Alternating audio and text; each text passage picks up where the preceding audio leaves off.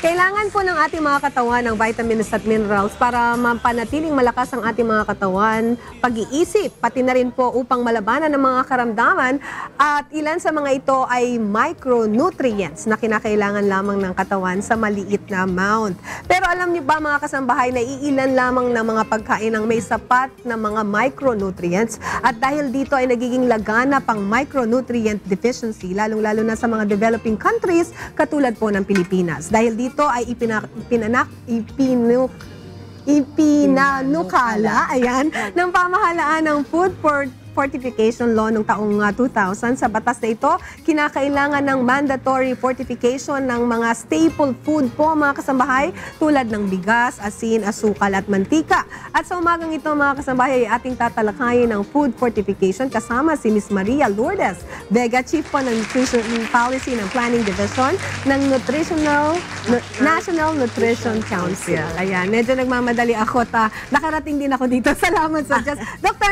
Good morning po. Good morning, and welcome sa Good Morning, Kuya. Pag-uusapan natin itong deficiency ng ating katawan. Ano pa yung tinatawag na micronutrients, Doctor? Yung micronutrient deficiency, kakulangan yan sa ilang micronutrients. Halimbawa, vitamin A, iron, iodine. Yun ang laganap sa ating bansa. So, kakulangan sa vitamin A, iron, tsaka iodine. Yung vitamin A, kaya tayo concerned doon, pag kulang ang vitamin A, mas madaling magkasakit. Pag kulang naman sa iron, yung productivity na affect, yung hindi ka masyadong masigla. Pag nag-aaral sa school, hindi ka masyadong nakaka-pick up ng learnings. Pag nagtatrabaho ka, madali ka mapagod, so hindi ka makakapagtrabaho ng tuloy-tuloy. Okay, yan yung kakulangan sa iron. Yung anemia, usually yung nagiging ano yan. Tapos, yung iodine naman, pag ang problema doon sa iodine, akala natin mag-goiter lang. Pero mas madami yung problema na yung kunyari buntis, madaling makunan, sunod-sunod na nakukunan yun, iodine deficiency yun. Kung kunyari, pwedeng may iodine deficiency yung mother, pwedeng yung anak niya, pag pinanganak, may mga congenital problems. Pwedeng duling, pwedeng hindi nagko-coordinate yung arms at saka legs. Pwedeng merong konting mental retardation. Pero hindi siya yung dahil sa chromosomal, kundi dahil sa kakulangan talaga ng iodine. Okay. So alamin natin, kasi nabanggit ko nga kanina na malaki ang kakulangan dito sa mga micronutrients na ito, lalo na sa ating bansa.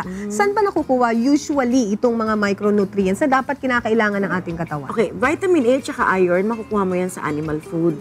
Animal foods at plant foods. Ang alam natin, green leafy vegetables, yan mga yun, green leafy yellow vegetables for vitamin A. Pero mas maganda kung yung vitamin A at saka iron kukunin sa animal sources. So meats, egg, mas maganda yung source. Pero maganda mag-partner silang dalawa, yung plant at saka animal source. Bakit nagkakaroon ng kakulangan ng mga micronutrients? Ang dami naman available everywhere yung mga... Well, kulang sa pagkain. Kulang sa pagkain. Pwedeng yung katawan hindi na-absorb ng gusto, pero karamihan ng dahilan, kulang sa pagkain. Or siguro, di ba, mas marami yung kanin, tas konti yung ulam. Kaya nga. So, nagkukulang talaga sila dun sa mga nutrients na kinakailangan. Okay, so ngayon nga po ipinalabas ang batas na, batas nung 2000, ano? Food Fortification Act. Food Fortification Act, kung saan, 2000. ang ibig sabihin po nitong Food Fortification Act yung nagdadagdag tayo ng micronutrients sa pagkain. Ayun. So, sa mga staple foods. Yung rice, sugar, cooking oil, flour. Yun yung covered ng mandatory. Yung salt, ibang batas yun.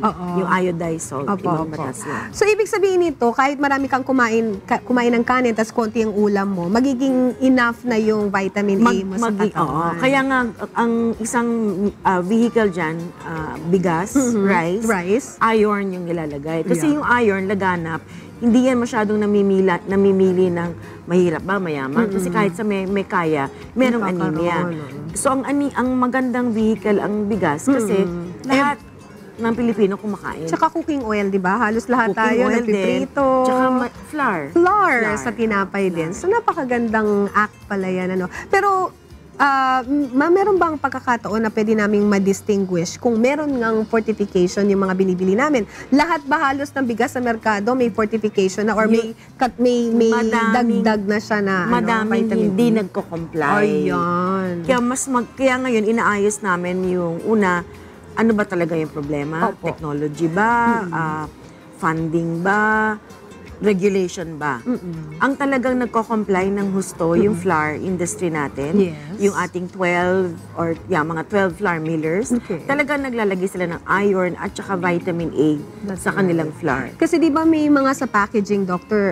Ma'am, no, na ilalagay na rin nila talaga doon na enriched with Meron 45 with. Pag 45 sinabi with. nilang 45, ibig sabihin, mas madami yung laman nung vitamin at mineral na yun. Talaga. Ay, pag enriched lang. Pareho Ibang din. enriched yata Iba. Mas ano namin yung fortification. 45. So, kung bibili tayo sa merkado, kailangan checkin mo yung mga balot na may Meron nakalagay tayong na 45. seal na sinasabi, diamond seal, na makikita mo dun sa packages ng mandatory fortification. Meron din kasi dun sa batas na voluntary, yung Sangka Pinoy Seal, voluntary yun. Hindi mo kailangan. Pero kung gusto ng food manufacturer, pwede siya mag-apply.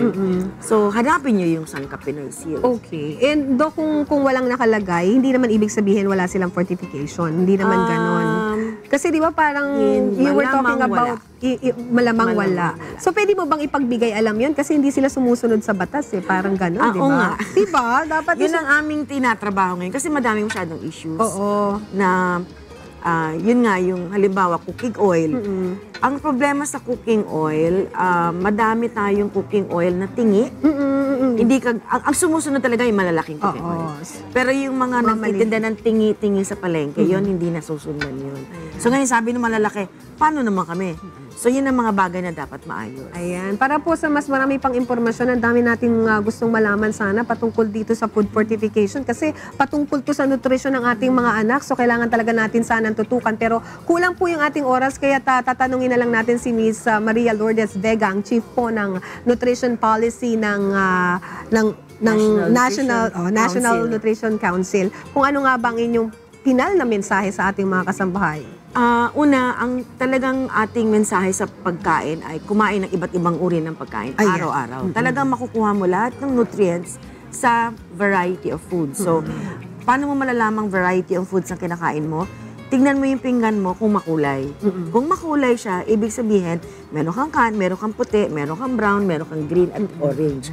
So, yun ang isang dapat mong tingnan. Lagi sanang makulay ang pinggan. Ngayon, kung kakain kayo ng mga nangyari instant noodles, hanapin ninyo yung Sangkap Pinoy Seal. Kasi ibig sabihin nun, meron siyang vitamin A. Or hanapin nyo yung Diamond Seal sa ating mga pagkain na bibili. Ayan. Okay, salamat. Once again, Miss Maria Lourdes Vega, Chief ng Nutrition Policy and Planning Division ng National Nutrition Council. Salamat po. Salamat din. Salamat po.